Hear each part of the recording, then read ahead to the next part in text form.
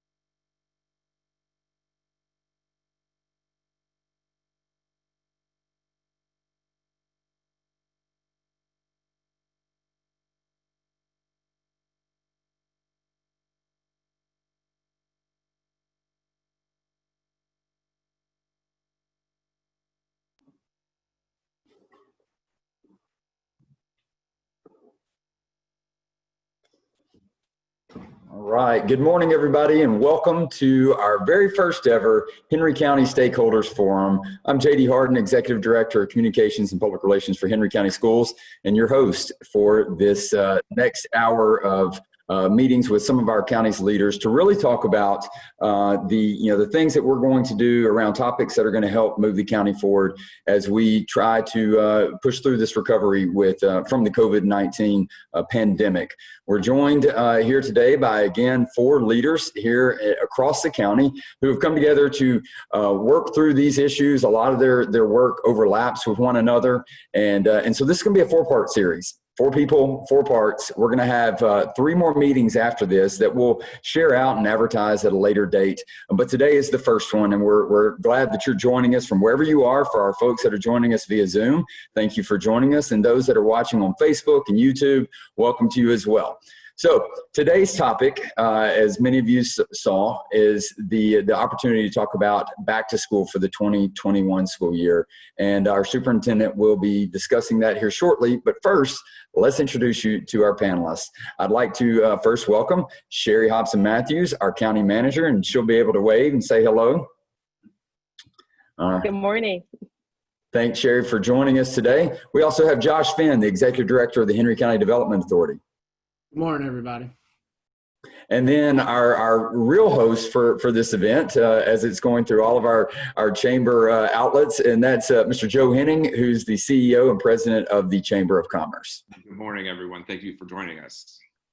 So, guys, that's the group that we're glad to bring to you today. And again, we're glad that you're able to join us. And for those that were able to ask questions ahead of time and submit those, we've got those.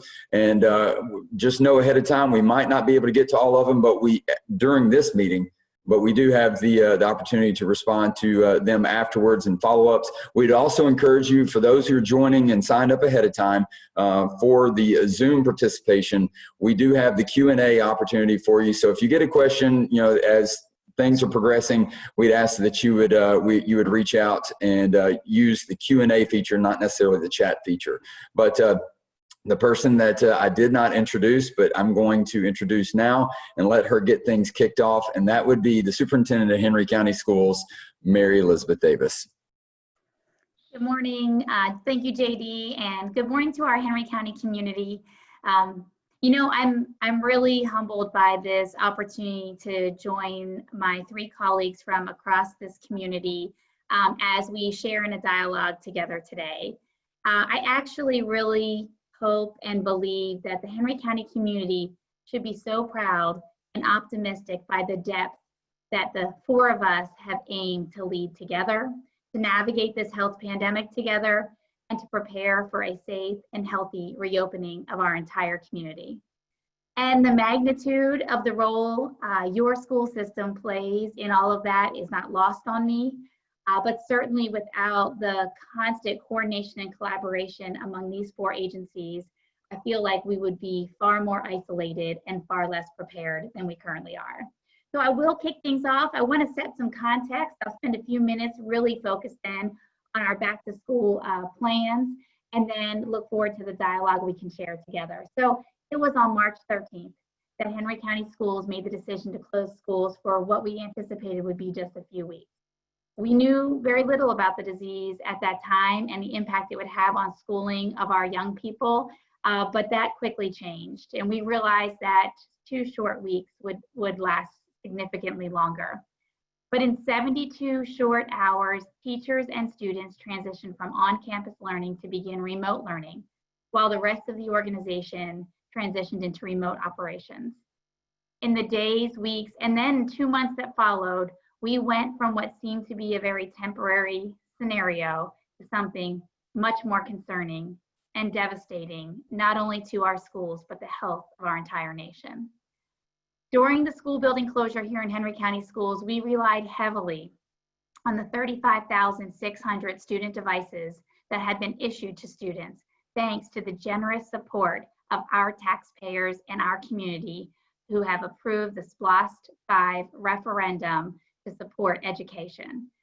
We replaced, during our time together of school building closure, we replaced 431 of those devices through a mail system. We issued 500 hotspots to students, and we replaced more than 500 charging cords. Our devices in the hands of our students grades 3 through 12 was a differentiator not only in our metro Atlanta region, but across the state and country.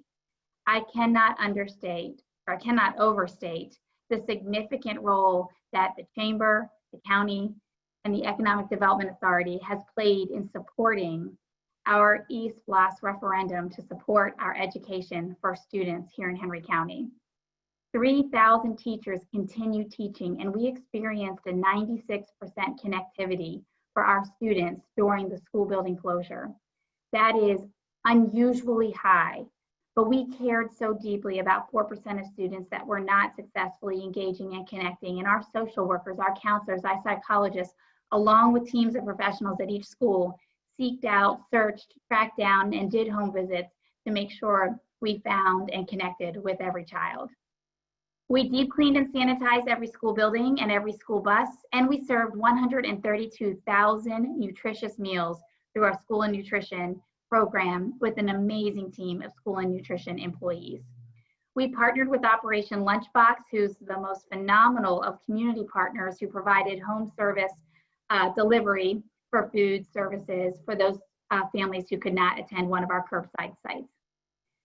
And we maintained our operations off-site, including on-time employee pay for each of our employees. Our attempt to communicate to families in the greater community was maintained on our website, through social media, and through our Infinite Campus Messenger to families. And as we closed out, we surveyed our stakeholders, students, parents, administrators, and teachers, and more than 5,000 responded to our survey so that we learned how to get better as an organization. I know that really most people are interested in talking about what's on the horizon, but what we were able to just do as a school system and community was plan for in 72 hours. We learned a lot along the way. We know we can get better for our families, for our kids, and for our community. But I do want you to have a level of confidence that there was a team of employees who are all in for our kids and understand the role public education plays in this community. So now we're preparing for summer and gearing up for a back-to-school season like none other. We're currently facilitating a gradual return to our school campuses and facilities for all of our 244-day contracted employees. Those employees represent 7% of our entire employee population, and nearly all of our 244 employees have returned to an on-campus work responsibility for at least part of their work week. Our school buildings and district facility are now open to the public by appointment, and we are looking forward to the opportunity to extend that in the coming weeks and months. And we are following direct guidance provided by the U.S. Department of Labor regarding any employee who may have concerns for their own health or health of a member in their household. And we are consulting with every employee individually through our HR division, should that be necessary in the transition. This summer, we're also aligning our preparation for athletics according to the Georgia High School Association, Athletics Association, and we will begin our summer conditioning in compliance with their regulations and expectations on June 15th. So our back to school season feels like it is tomorrow, but as we get into the dialogue, we know there's actually quite a few days and weeks still ahead of us before August 3rd is on our calendar. We're working right now to establish our framework for return, and we will follow the Georgia Department of Education guidance that has recently been released. Safety, as I start talking about our framework, is most certainly our top priority. But we also recognize the responsibility we have as the academic institution in this community to be ready to start on August 3rd for on-campus learning for families and children ready to join us. We will prioritize the manageable precautions and constantly evaluate the risks in alignment with our Georgia Department of Education guidance.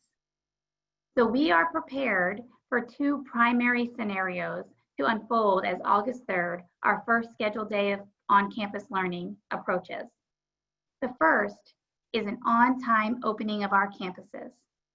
For any student or any family that does not feel ready to return to on-campus learning, we are going to continue offering remote learning as an option for students to opt into and for families to choose. Certainly, that brings with it a level of complexity to which all of the details and logistics are not fully known. But we have working teams in development that are getting to the details of how, when, and exactly the logistics that will be associated with each of those models. We anticipate that mid-July, families would make that choice, that through a opt-in process, we would be able to give families access to determining what is best for their child in that moment. In our on-campus environment, we will focus on educating, promoting, and expecting healthy hygiene practices with updated signage, bathroom use protocols, and enhanced facility cleaning protocols. We're currently assessing the addition of hand sanitizing dispense stations placed throughout the entire building of each of our school campuses. And to be in alignment with the Department of Education guidance, we will allow and encourage masks to be worn, but not require that as we return to our learning spaces.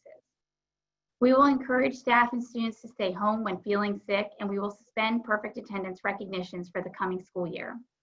And we will daily assess, along with our District 4 Department of Health Director, the community spread risk that's outlined by the Department of Education in order to determine what our best practices are each day as we progress. Now, our second scenario, that if our government officials determine it is not safe to open school buildings, we will be prepared to start all students with remote learning on August 3rd, and then await the release from our government officials of when on-campus learning should begin. And we believe that facilitating remote learning for all students can and will be better prepared than our last several weeks have allowed us to be. We're already in the throes of preparing how to better support our K-2 learners with access to devices and ensure that our students in grades 3 through 12 have a workable device and our teachers have the opportunity to connect regularly.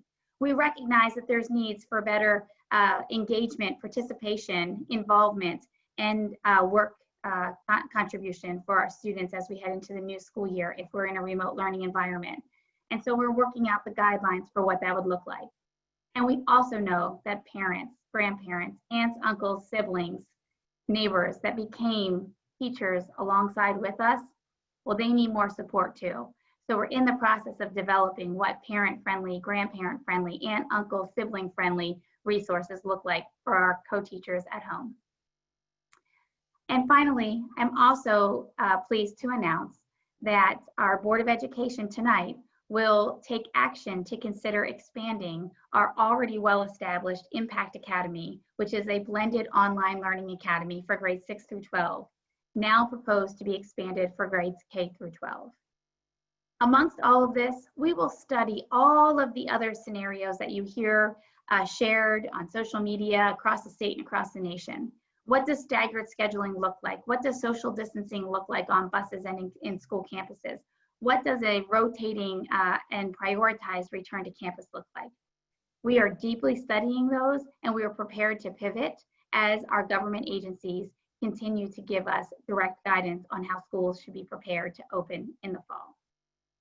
Now, I know that when I share information, it also results in a lot of new questions surfacing. And I want to do our best to have a great dialogue today, but I'll also commit to being honest when we just don't know how the details will exactly work in every scenario, since we do have days and weeks to learn so much more on the horizon. So I look forward to a great conversation today. Hopefully that sets the stage for what our back to school season looks like. And I'm optimistic that if any community is ready to navigate this, it's ours because we're doing it together. Katie, I look forward to a great conversation. Thank you, Superintendent Davis, for sharing, what is no doubt a difficult task considering all the circumstances, but one that we know that the school system, in partnership with so many other people, have been working on for a good while now in anticipation of what is to come once we try to go back to school. So as this format, dictates, what we would like to do is, again, since this is a 4-part summer series, we'll allow our featured speaker to speak speak first, and then we're going to wrap around to our other three guests and allow them to provide some updates from their own respective areas and entities. And then we'll be able to come back after that and have some, allow them to have some dialogue about some of the presentation materials that Superintendent Davis provided. And then we'll go into your questions and get you guys some answers. So we're going to start first with our county manager from the Henry County Board of Commissioners and the Henry County government, Ms. Sherry Hobson-Matthews. Welcome. Welcome. And again, thank you, JD and Dr. Davis. Thank you so very much for that very detailed update regarding the school system. And I have to start with something that Dr. Davis mentioned in terms of collaboration and partnership amongst this group that's serving on this panel. It's certainly not a job or a task that we do individually or certainly do within a bubble, because there are so many moving parts to what has been known as the pandemic of 2020. I remember looking back at a press release that our communications team released on March 13th, and the heading of the press release is Henry County to limit government services, facilities will be closed for 1 week. Well, here we are, and it definitely has been somewhat of a transition. And who would have known when that press release went out that we would definitely not be closed for 1 week, but more like 3 months, where we were looking to transition to something that was somewhat different for all of us. I think we all talked about teleworking at once in one of our jobs, and just being able to transition to that was definitely something that we had to work towards. Henry County, obviously, we have taken a lot of our guidance from not only the Department of Public Health, but the guidelines and regulations that have been set forth by the CDC. As you may or may not know, Henry County did reopen their facilities, or at least a portion of their administrative facilities, to their employees on May 4th, and we did return our employees on a cohort schedule. We are now into week 4, where we have opened our facilities to the public. Our tag office has reopened, our building department has reopened, but we definitely have some standards and guidelines in place to not only protect our employees, but also to protect those that are frequenting our buildings.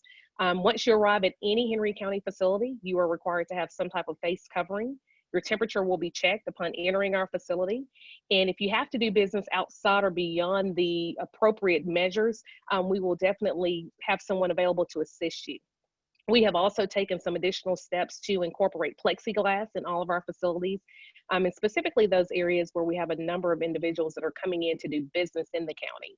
And we are also looking to have our first in-person workshop this week on Wednesday at 9 a.m. here at the County Administration Building. Again, for those that are looking to participate in the workshop meeting, your temperature will be taken. You will have to have some type of face covering, and we will limit the number of individuals that are participating in the meeting so that we can make sure that we are ensuring and enhancing our social distancing requirements.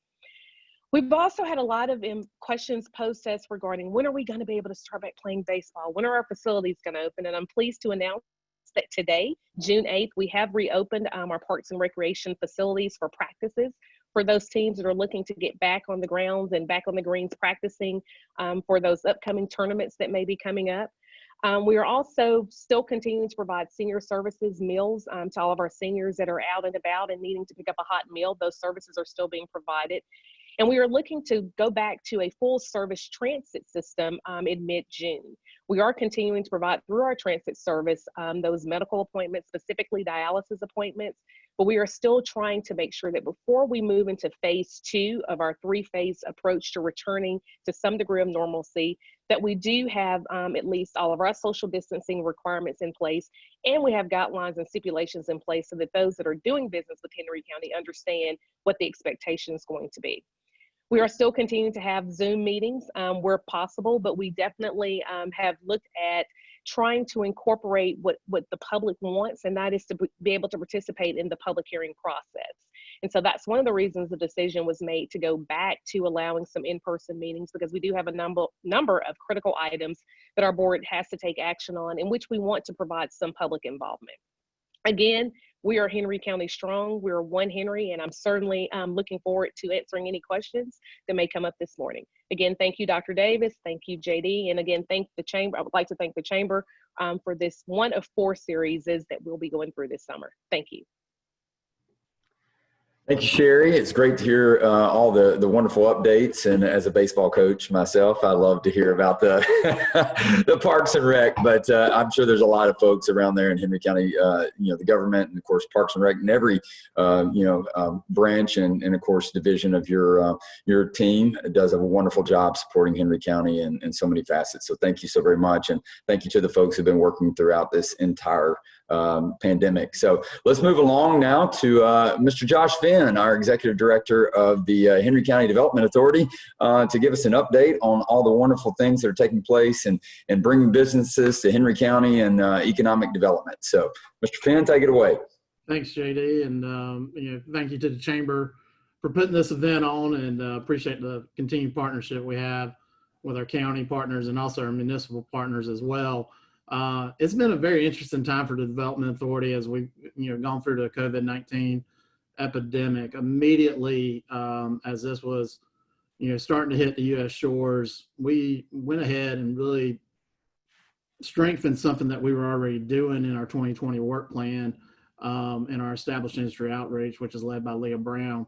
And really, thank goodness that we took that approach early as we were expecting some slowdowns in the national economy in a national election year, which is usual to get ahead of that. One of the great things that we have seen throughout this with our established industries, and these are the larger employers in Henry County that we work not only to recruit to our community, but retain. We've seen most of them stay open, back at 80% or above capacity throughout this, keeping people working, keeping incomes going, keeping property tax values on the industrial side strong, which is very important, especially for the school system, the county, the municipalities, the taxing agencies, because those properties only need about 60 cents for every dollar collected in services. So they are profit centers that help the operations of the school system, the rec department, the law enforcement, public safety, et cetera. So that was very key. And our numbers have really, what we've seen in the feedback that we've gotten have been better than we expected. We feel very good about Henry County's economy. There's been a lot of our established industry response has been communication with them. They need to know when the schools are going to, what the school system's doing, what the county's doing, testing, what Piedmont, Henry, and Kaiser, where they need help. And our industry's also stepped up with that. There are many examples, and you'll see stories of these as things start to settle back down. We get back to a normal here of our established industries really stepping up, asking how they can help, donating PPE to public safety, EMA, the hospitals, the school system, supplies, lunches, whatever they can do to assist. And they really want to be a part of the community, and they've really shown that. So I do want to kind of keep my time short because I know today's focus is on education, and we'll do a deeper dive into economic development and recovery there. But, a message I do want to convey. Henry County's unemployment, as of the last report from the Department of Labor, is only 13%. We were expecting worse on that number. We export 52% of our workforce every day out there. Luckily, we perform on what's called WARN notices from the Department of Labor, and that's a mass layoff. We were next to last in Metro Atlanta for that. We only had 4. Of those 4, 3 are back open and up to full operations as DPH and CDC guidelines will allow. So those are some encouraging numbers. There's also a bunch of additional encouraging data that's out there. Don't want to really bore you with a lot of numbers on a Monday morning, but everything that we are seeing behind the scenes for the Henry County economy is good, all things considered. So I do want to, as we get into discussion as well, to encourage everyone, let's support our school system here. They're having to make a lot of audibles at the line when they're going through this, and they've done a tremendous job here. And as we recruit businesses here, as we retain and get additional investments here, there's never a question about our school system. And that's a big kudos to the team at Henry County Schools. It is not a question. It is what is next? What great things are they doing next? And great examples are Career Academy that we're a big partner of. and looking forward to more great things there. So let's be supportive. I know it's frustrating with everything going on. We all have those logistical frustrations in our operations, but we'll get through this, and we stay positive, we stay focused, we stay calm, and those solutions are going to work out well. So I'll leave it at that and yield my time, and look forward to the discussion. Thank you. Josh, as most every person who lives in the South can probably appreciate your football reference right there, audibles at the line. It's been quite a long time, and as we gear up for that, I know there's a lot of people who really latched on to that term, but we do thank you and your extraordinary team there at the Development Authority for all you guys do to bring in businesses and you know, the partnership with the school system and of course the county and the Chamber of Commerce, that we all are intertwined, and we really appreciate you know, just the outstanding work that you guys, you know, and the role that you guys play in our county. So thank you again. And now let's turn to the last but not least person who's sitting on this panel right now, and that's Mr. Joe Henning, and who is our President and CEO of the Chamber of Commerce. I know that there's always something going on at the Chamber of Commerce as well. So Joe, why don't you fill us in on what's happening there at the Chamber of Commerce? Thank you, JD. I too want to start, and when we first heard anything about this, I think many of us were sitting around the county office that day with the COVID-19 task force and heard that it was declared a pandemic. And I think the very next day we all went remote, and it's amazing, I think, to see, as Josh said, how everything continues to function in this county. And I attribute that most likely to just the collaborative effort and the ability that everybody in this county has to work together. And while we, you know, occasionally might not agree on everything, we all agree that Henry County is strong, that collaboratively we're able to get further. And so I appreciate all of you joining me this morning on this conversation and being able to share today what the school system's back to school plans are for the fall. Much of what we've done, I have to attribute it to this great team that we have at the Chamber and the CVB. When we went remote, they didn't fumble, to use the football references.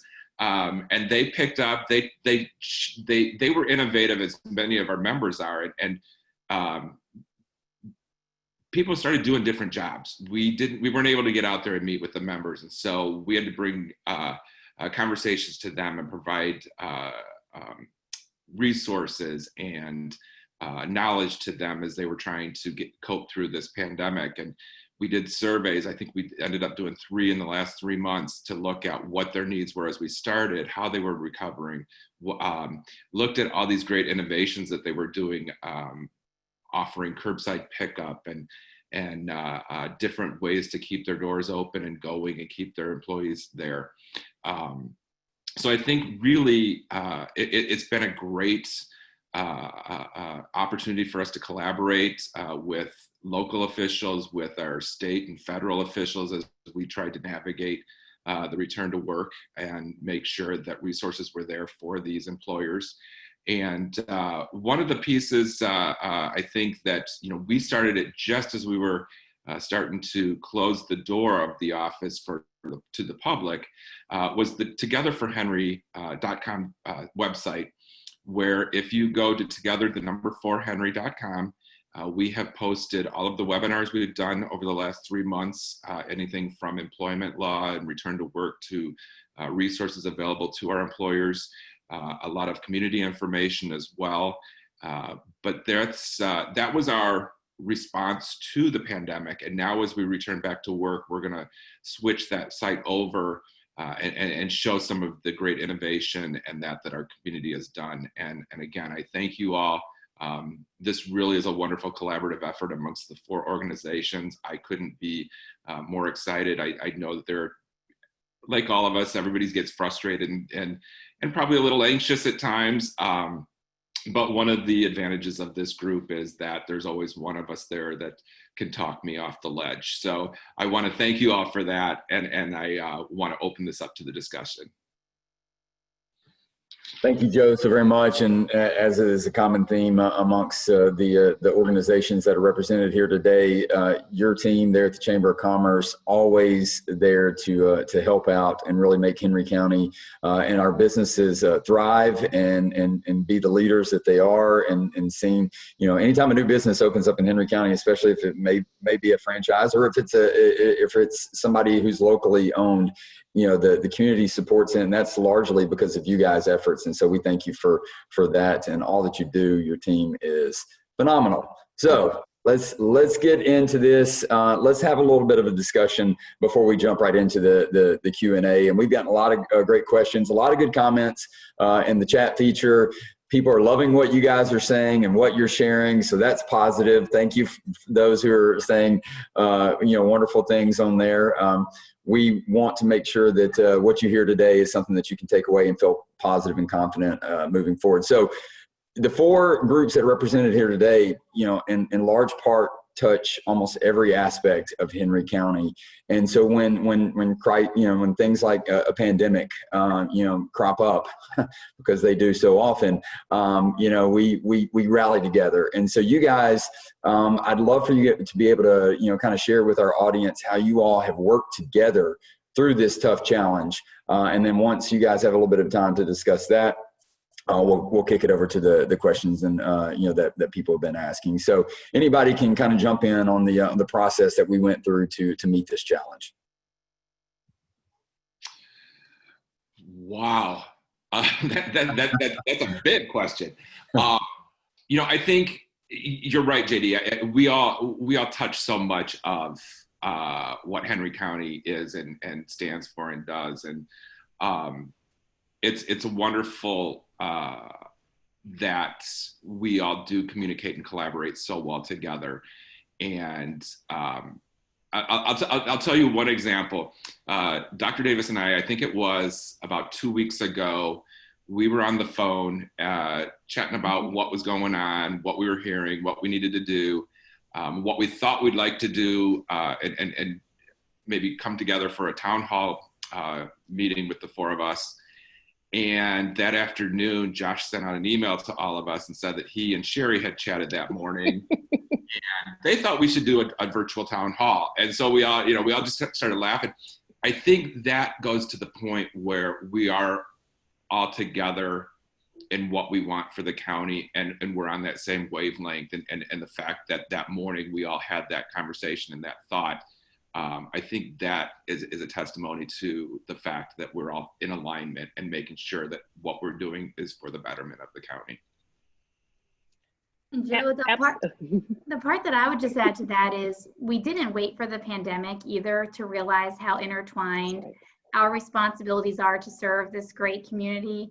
And because of just building longstanding trust and regular intervals of communication, that really ended up pivoting quickly and well without a lot of barriers to overcome. And so I just believe you don't walk through hard times and suddenly become great together. You are great together in good times, and it is exactly what sustains you in these challenging times. So go ahead, Sherry, jump onto that. So I have to tell the group that we've coined ourselves the Fab Four. It's, we can come together and we can miss a couple of weeks talking, and then we'll get on the phone and catch up and figure out, okay, this is where we need to be. But I want to remind this group that pre-COVID-19, we were all scheduled to participate in Mary Elizabeth's State of the County address. And so you bring up a great point in that we just don't get together when there's an issue. The collaboration, the partnership, the coordination, it's an ongoing effort. I talk about our Parks and Rec program for a specific reason, because as we were navigating through whether we were going to have summer camp, staff reminded me, well, we use the buses from the Board of Education. And I thought, well, yes, that's right. So there are so many moving parts to how everything comes together. But I totally agree that, Henry County is one of the largest employers, not as large as the Board of Education, but I have 1,700 employees who depend on the actions of the Board of Education. We have employees that have spouses that work at some of our facilities here and in some of the businesses that are here in the county. And so a lot of our collaboration and coordination is, how do we continue to not only provide resources for our employees, but how do we help them find the answers that they're looking for? So I think, again, today is just a testament of the relationships that we've developed, the networking that we've developed, and the coordination that we continue to demonstrate amongst each other.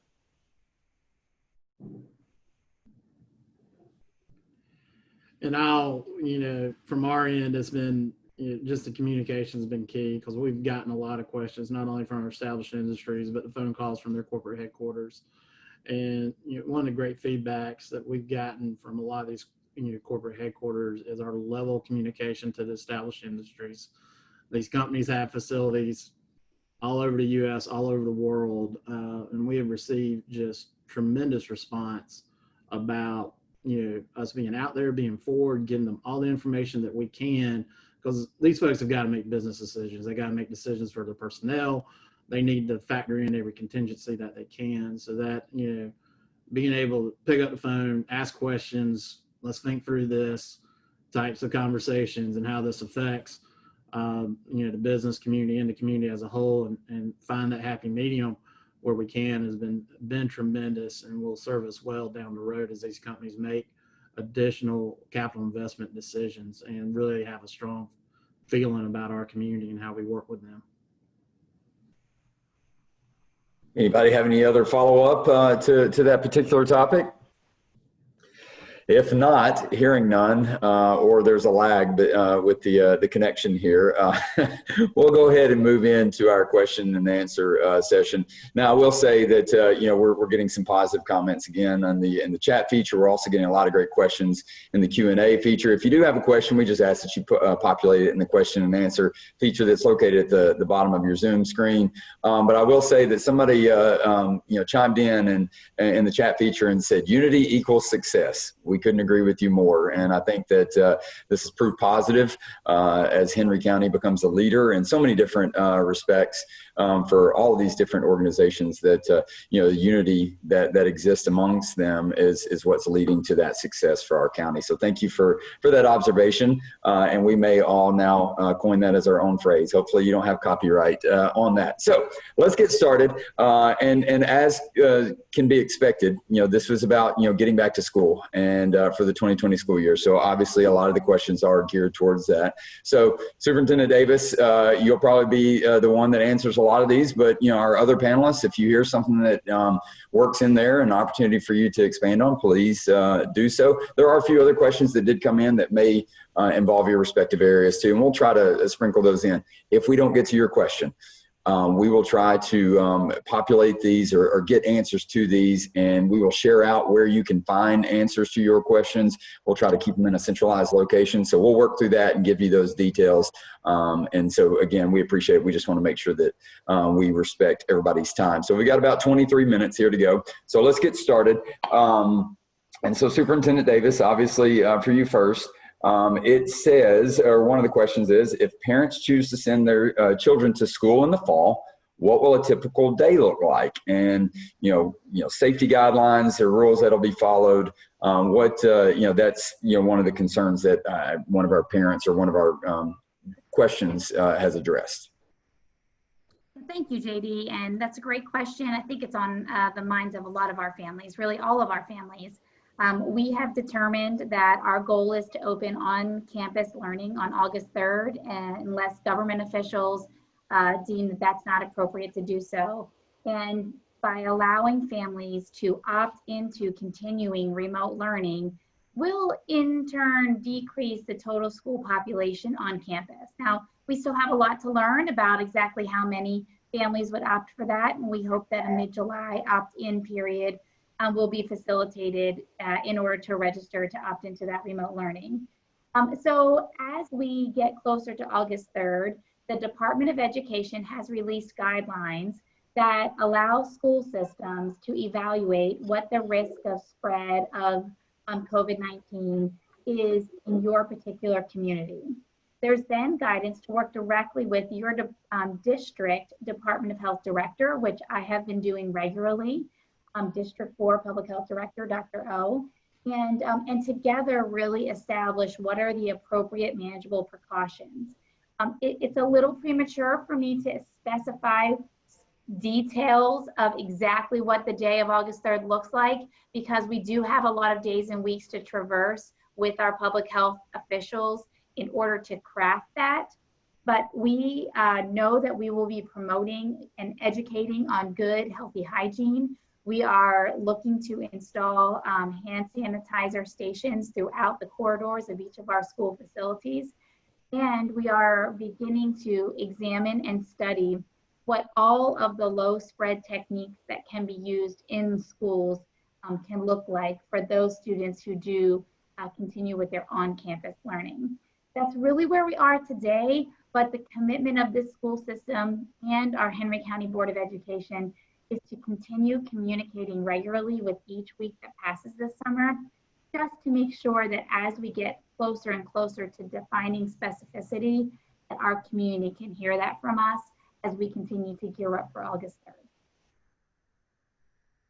Fantastic. Thank you for that. To piggyback on that question, someone did ask about, the opt-in for remote learning. I think that's something that intrigues a lot of people, having been through, kind of the remote learning process right now. And so that this particular question, this person wanted to know is this for students and teachers, and, kind of what are the terms? And more importantly, I think it's a great question. Can students go from remote learning back to traditional learning at any given time? Yeah, so part of the remote learning option is going to then require our school system to have really clear transition points in and out of remote learning and on-campus learning, sort of an agile learning environment experience. Those aren't fully defined yet, but we are consciously designing what is the point in time in which students may be able to opt out of their original choice and make a transition so that it's done in a coordinated way to limit any additional learning gaps. And then also, we know that public health officials have given some realization that there may be a need to fully close school facilities in the next year sometime. So we, I believe, will be better equipped for all students to then transition out of remote learning. I think what we've learned over the last 12 weeks is that public education is about learning at high levels and the responsibility to give access to learning to every child. But we were able to continue with learning practices, but our students and our families and our employees miss learning together. There is a part of on-campus learning that can't be replicated in a remote environment. And so we're balancing the risk and the responsibility of your local institution to provide both of those realities for kids. But having an agility in our plan, having connection points and transition points for our young people, those are going to be essential with however we do business moving into the new year and the years to come. And so that is what our working teams are deeply in the throes of designing so that we can clarify for families as August 3rd approaches.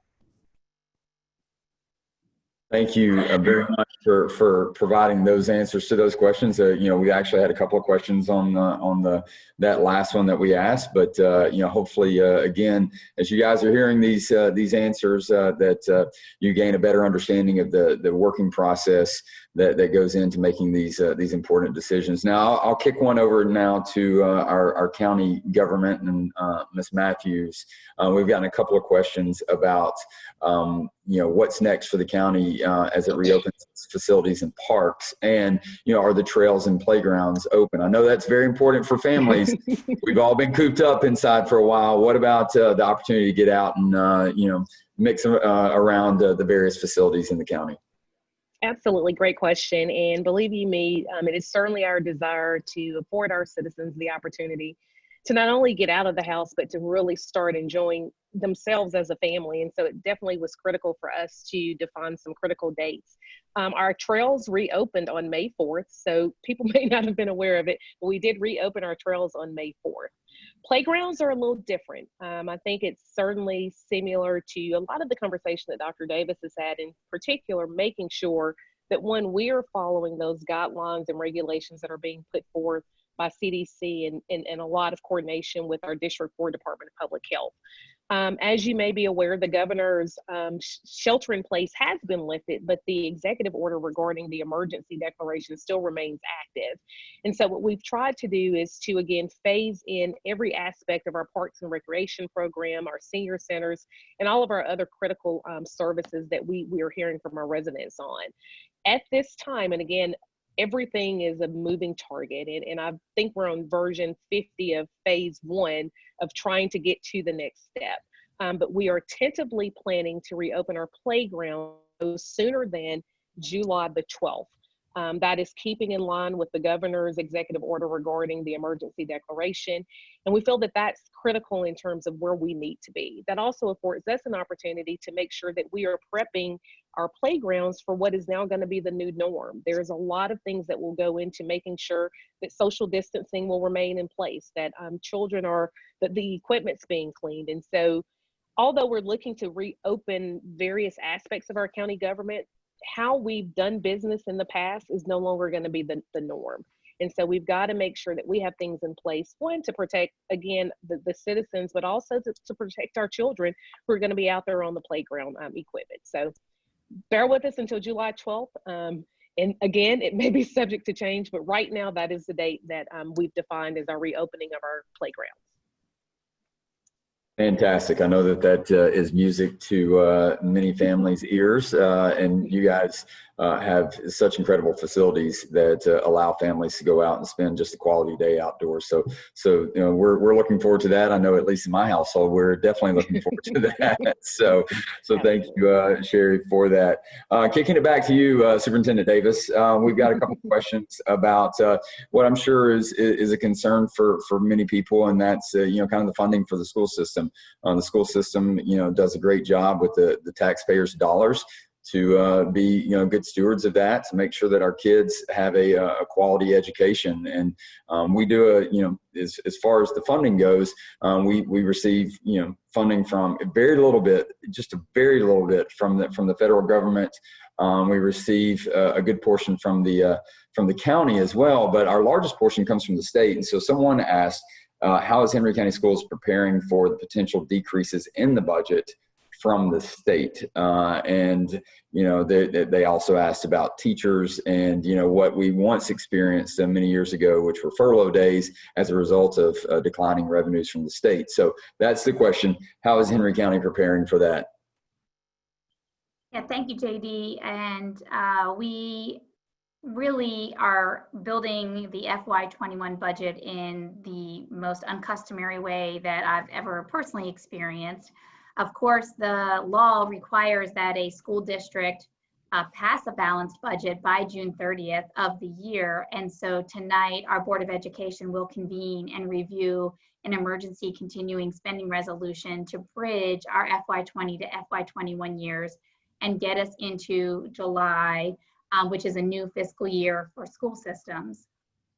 In that continuing emergency spending resolution, the salary scales for all job families, all 86 job families, will remain as was in July of last year. That's what an emergency continuing spending resolution allows you to do.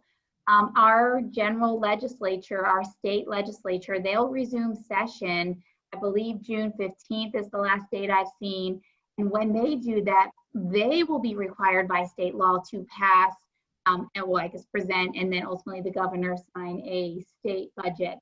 And so we really don't have concrete funding information from our state resources.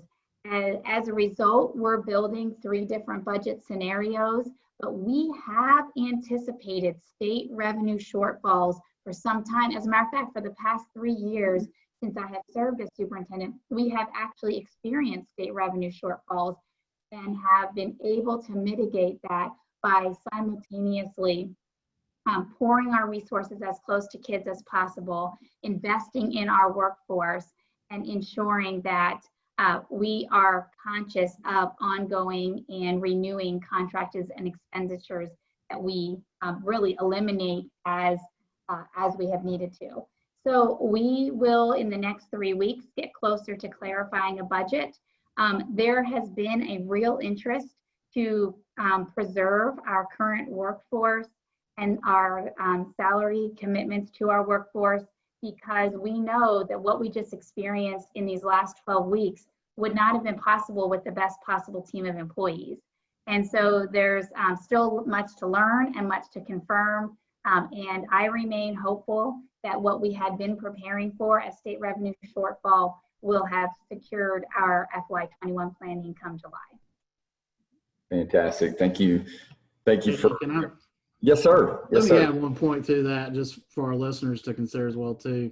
You know, what all the local governments are having to face that are relying on state funds, they've got a moving target as well.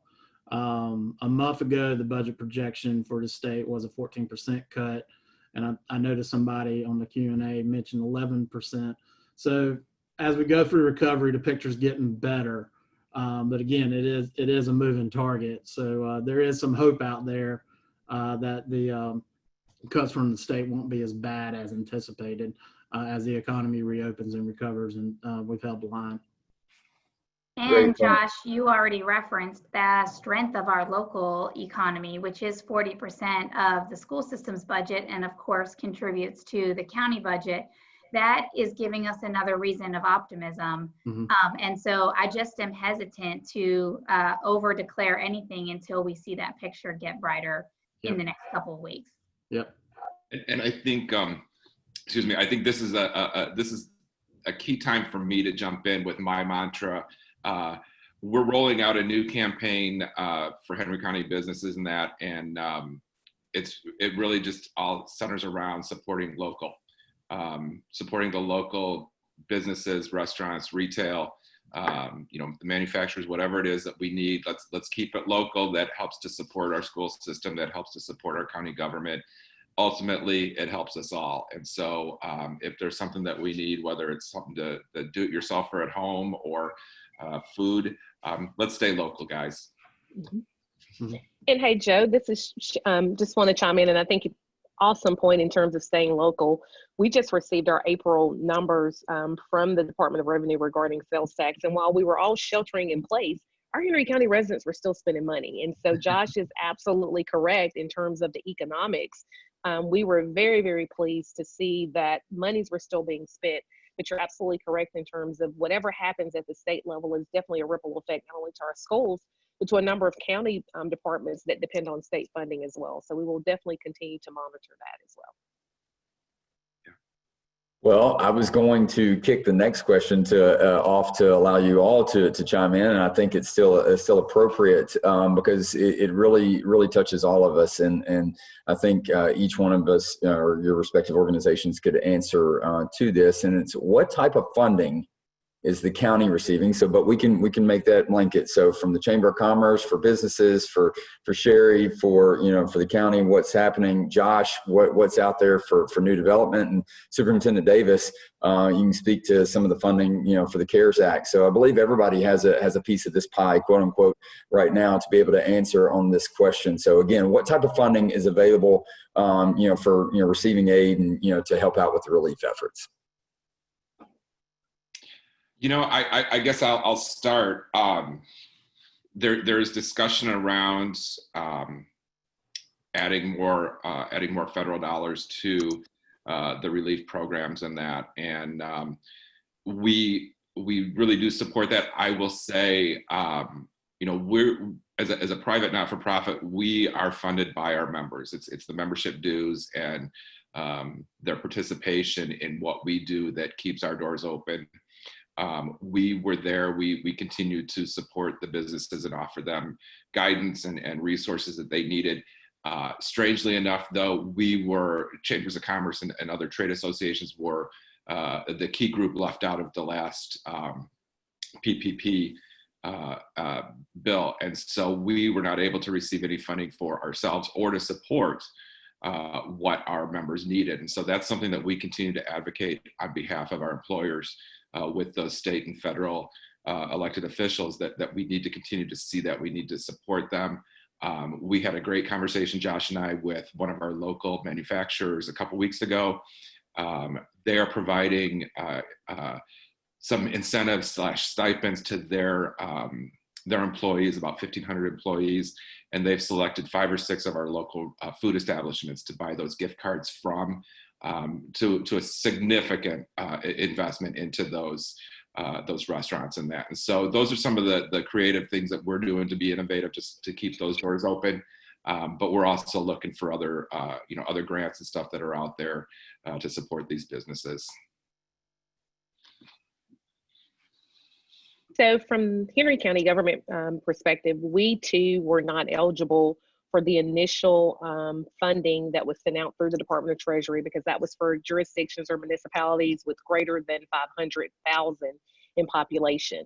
But we have been successful in securing some other federal CARES funding for our transit department, our fire department, some GMA assistance has been provided, and also through our Connecting Henry group, they've also received some funding. Shannon Sanya, who heads up our community development department and is also our cluster leader for administrative services, oversees a pot of money that we've received through the Community Development Block Grant Program, which is through the federal government and their HUD program. And she will be releasing information in the coming days for those micro businesses that have less than 5 employees. Some assistance will be provided for those businesses. So please be on the lookout for that information.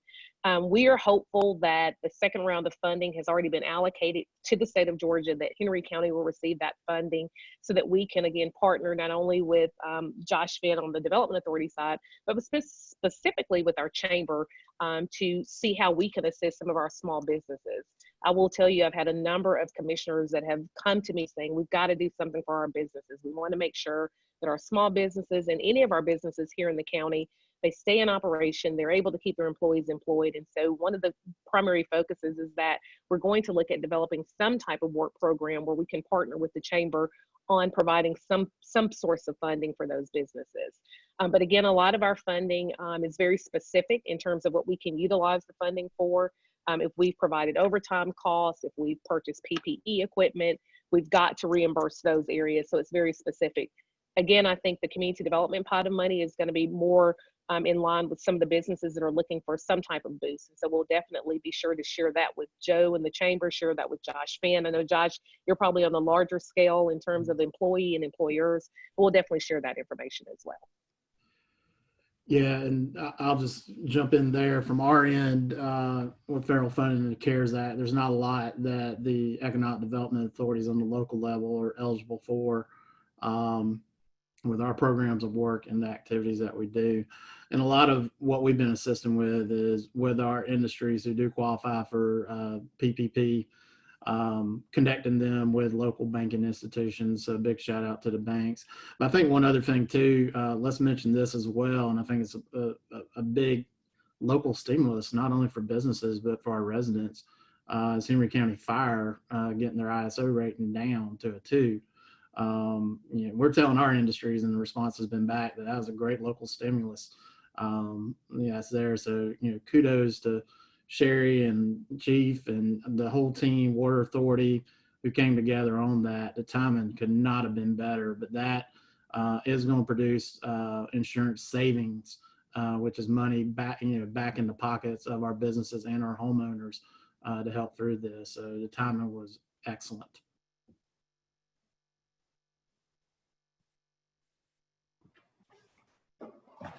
All right, Superintendent Davis, any follow-up on some of the, I know that the school system has talked about some of that funding, and I know that Henry County Schools will be receiving some of the CARES Act as well to be able to support the school system during this time. Would you like to elaborate on that a little bit?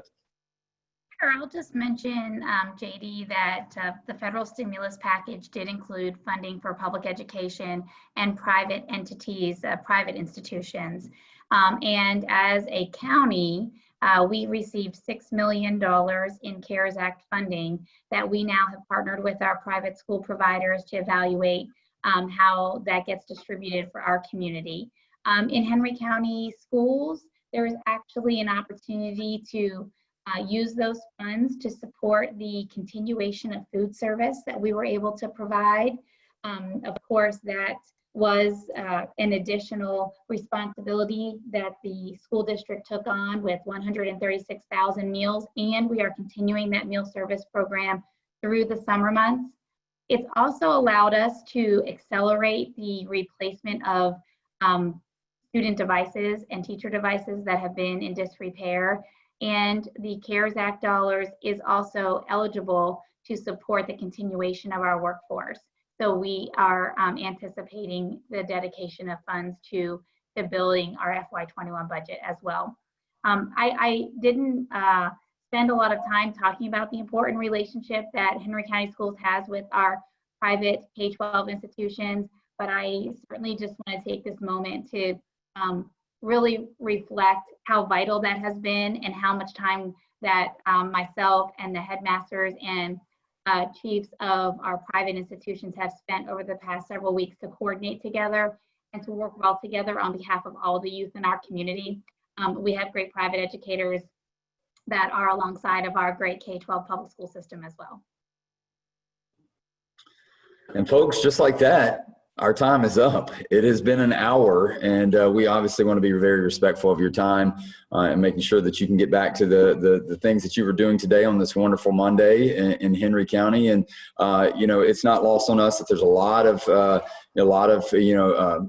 just interest in what's going on, and there's a lot of great things happening due to the 4 people and their organizations that you see on the screen. It takes a team effort, and that stretches to all corners of this county and all just different industries and what have you.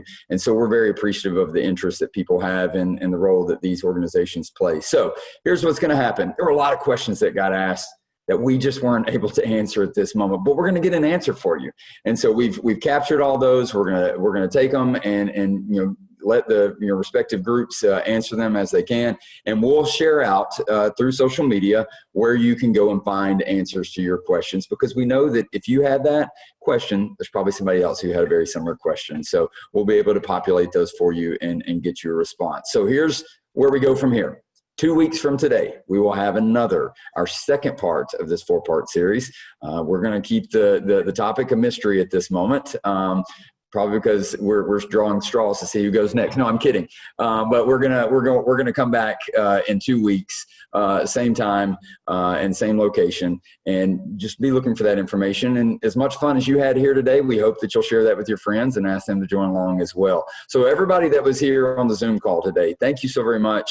For those who are tuning in via Facebook and YouTube, thank you so very much, and for your support of our organizations that are represented here today in all of Henry County. It's vital that we keep doing this together because we're going to get through this pandemic together because we're stronger. One Henry, unified, we're better together. We thank you so very much. So on behalf of Josh Finn, Joe Henning, Sherry Matthews, Superintendent Davis, I'm JD Harden, and we'll see you next time.